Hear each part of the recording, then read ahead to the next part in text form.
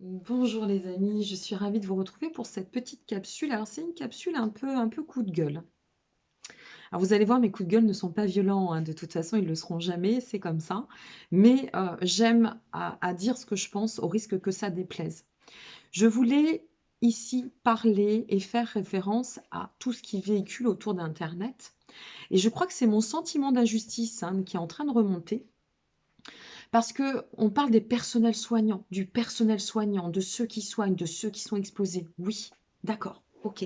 Alors, effectivement, moi je dis gratitude au personnel soignant, gratitude à toutes ces personnes qui, grâce à elles, nous qui sommes malades à un moment donné ou qui avons besoin en urgence d'être soignés, nous les avons à portée de main. Et ça, c'est une chance inouïe. Ce qui est aussi inouï derrière ça, et là j'y viens, c'est que pour que ces personnes puissent, si vous voulez, nous recevoir dans les blocs opératoires, il y a ce qu'on appelle les ASH, les agents de service hospitalier, qui passent à peu près entre 7 heures, voire plus pour certains, parce que ça dépend de l'établissement, à désinfecter les salles, à relever les poubelles, à faire en sorte que ces personnels soignants puissent continuer à travailler.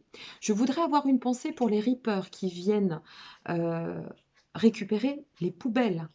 Parce que je travaille, hein, dans le secteur hospitalier sans pouvoir vous dire dans quoi, mais qui viennent tous les jours récupérer les poubelles dans lesquelles, eh bien, il y a plein de bactéries. Je voudrais avoir une pensée aussi pour ces secrétaires qui sont dans les bureaux, qui ne sont pas, qui ne relèvent pas du personnel soignant et qui ne relèvent pas forcément du personnel qualifié, dit qualifié, mais qui par contre sont toujours dans des approches d'accueil qui n'ont pas de masque, parce qu'il n'y a pas de masque aux accueils, il n'y a pas de masque, il n'y a pas de masque nulle part, donc il n'y a pas de masque non plus en secrétariat. D'accord.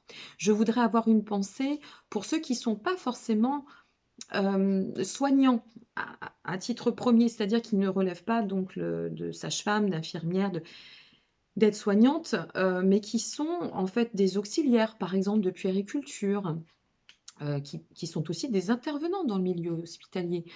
Et toutes ces personnes-là permettent au personnel soignant de pouvoir nous accueillir.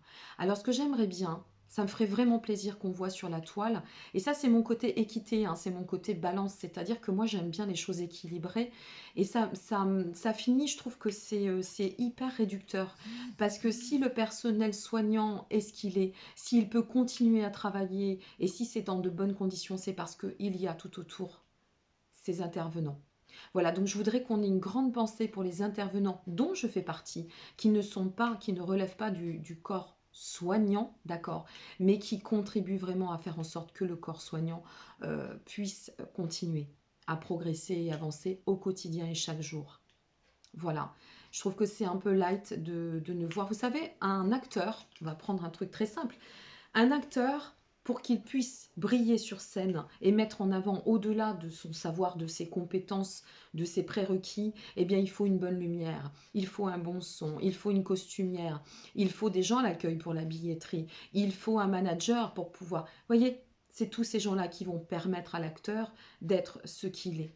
Voilà, donc ça ne va pas durer longtemps, mais j'avais envie de transmettre ce petit coup de gueule, mais c'est plus un réajustage. Là, j'ai envie de réajuster les choses euh, et d'envoyer toute vraiment ma solidarité, ma compassion envers ces personnes de l'ombre, hein, dans le secteur médical, euh, et de vous dire, bah oui, on a les personnels soignants, et grâce à nous, mais on a aussi tous ces gens-là. Voilà, c'est tout ce que je voulais vous dire et je voulais vous remercier pour votre écoute. N'hésitez pas à partager, je pense que ça peut faire du bien aussi, ces petits rappels aux gens, pour leur dire, bah oui, alors c'est pas une question de revanche ou de quoi que ce soit, attention, hein, c'est juste l'équité. Voilà, on peut pas voir, hein, je suis toujours celle à dire, voyez pas le verre à moitié vide, voyez-le à moitié plein. Bah, pour moi, pour qu'il soit vraiment bien ajusté, il faut qu'on puisse prendre tout l'ensemble et pas toujours mettre en avant. euh, voilà, je trouve que c'est inéquitable et ça me déplaît. Donc, je fais cette vidéo. Voilà, je vous dis à très bientôt. Je vous remercie pour votre attention. Je suis contente que vous puissiez, que vous soyez nombreux à, à entendre les messages à la lumière de l'astrologie. Ça me fait vraiment très plaisir parce que je m'aperçois qu'il y a des gens qui sont très sensibilisés par la situation et qui ne le prennent pas à la légère. Alors bien sûr, les autres commentaires, hein, je les ai pas validés parce que ça relève tellement de non-sens et enfin, c'est tellement pathétique qu'il faut pas perdre de temps et d'énergie avec ça, c'est pas le moment. Mais merci, merci, mais vraiment merci à toutes et à tous pour votre présence et puis ces super messages que vous transmettez.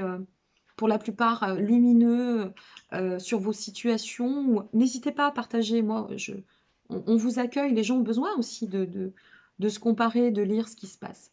Voilà, je vous souhaite une très bonne journée et merci pour votre écoute. Namasté, prenez soin de vous. Au revoir.